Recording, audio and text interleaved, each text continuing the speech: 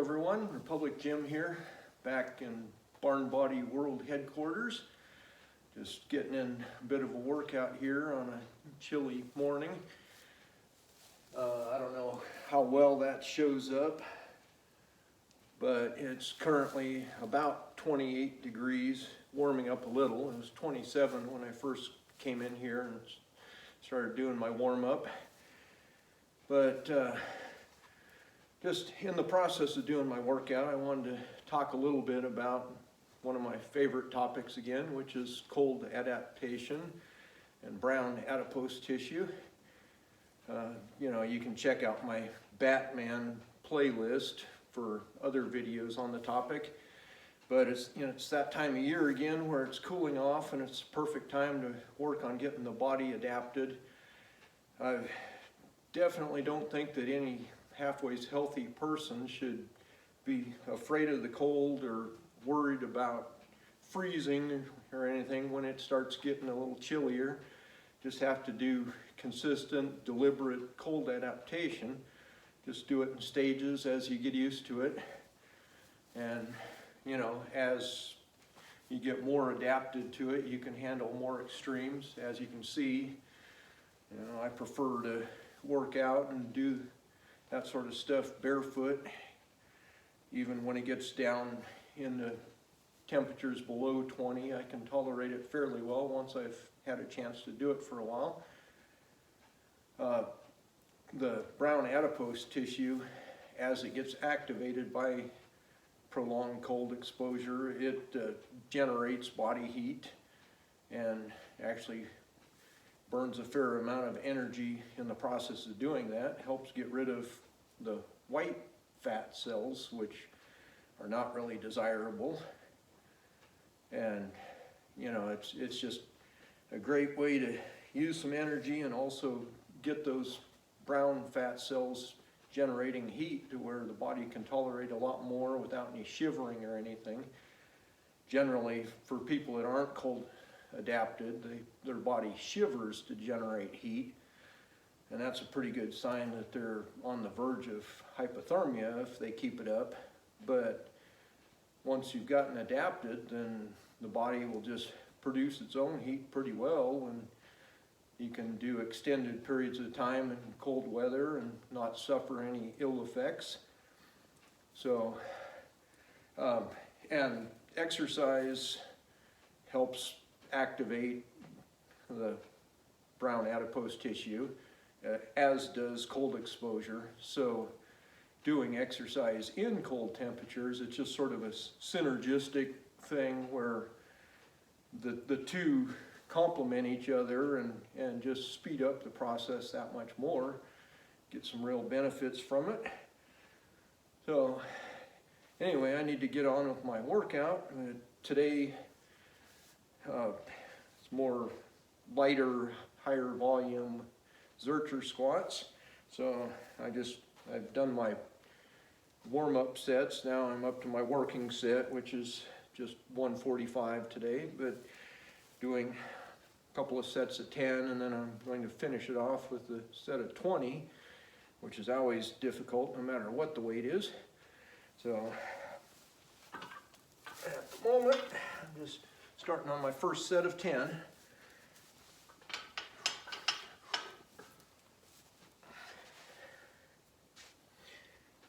And as you can imagine, the bar is rather chilly too, but again, the body gets used to that.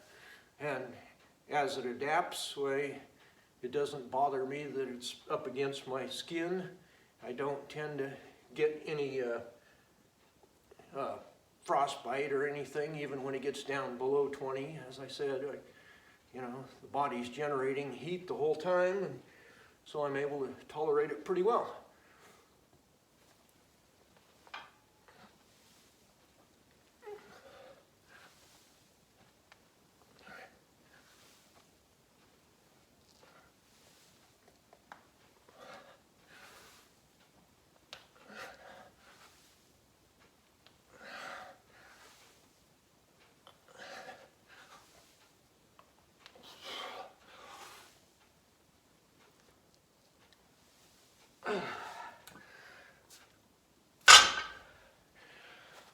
And those Zercher squats are as much a workout for the core and upper back and everything as they are for the legs. They definitely work the quads too, but, and you know, of course, the heavier the weight or the more reps, the harder it is to maintain a upright torso while doing those. It wants to fold you in half. So I find that's a great way to work on all my core stabilizers. So anyway, that's one set down. I'll be back in a bit with the other ones. Okay, I'm back for set number 2. Before I do that, I just wanted to mention the other day I found another benefit of being cold adapted and generating that heat. I had to get a polo shirt for work off of the clothesline.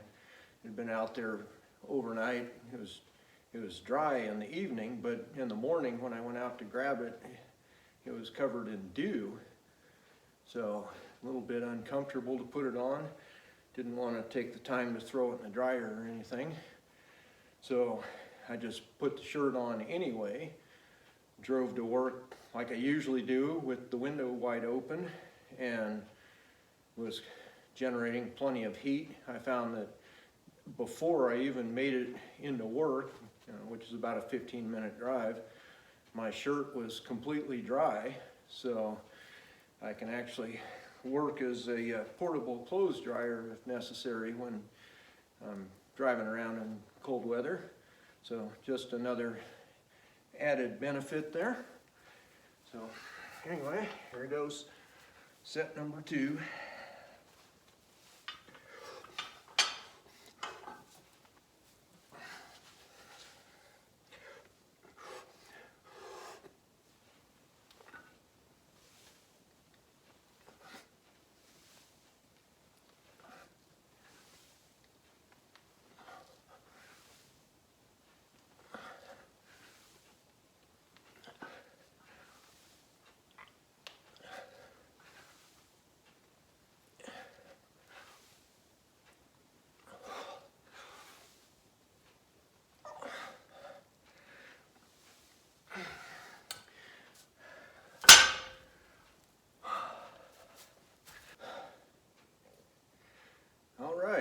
I'm back for the third and final set of Zercher squats, the one I dread, which is the 20 rep set.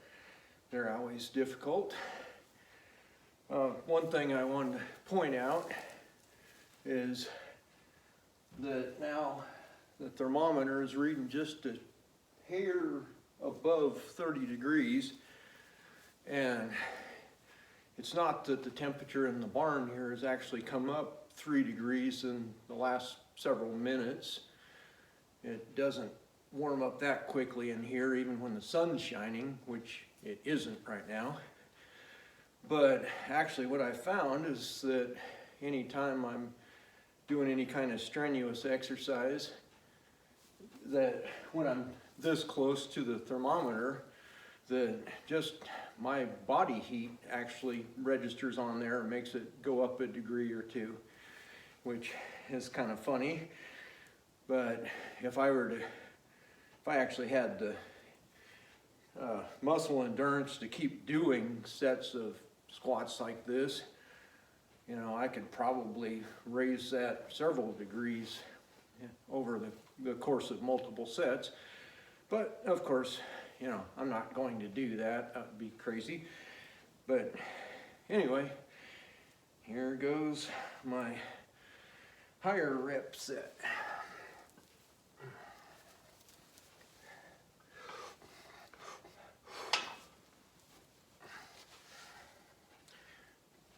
And I should mention that hopefully I'll keep track of the reps correctly, but once I get up to a certain point, it's hard to concentrate, and I could conceivably lose track or miscount, but I try to stay mentally alert even when I'm doing 20 rep squats, but sometimes I border on incoherent by the time I'm done. So fortunately, this isn't too heavy, so hopefully I won't reach that stage. But anyways.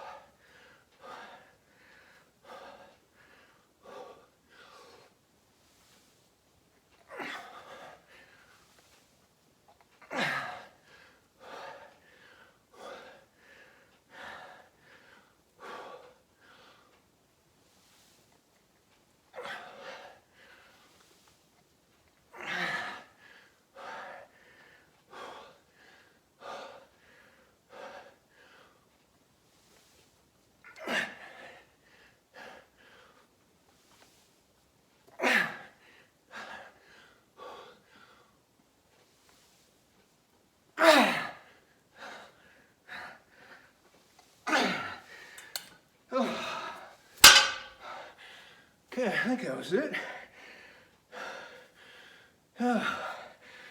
So, that's all for now, folks. This has been Public Gym. I'll talk to you later.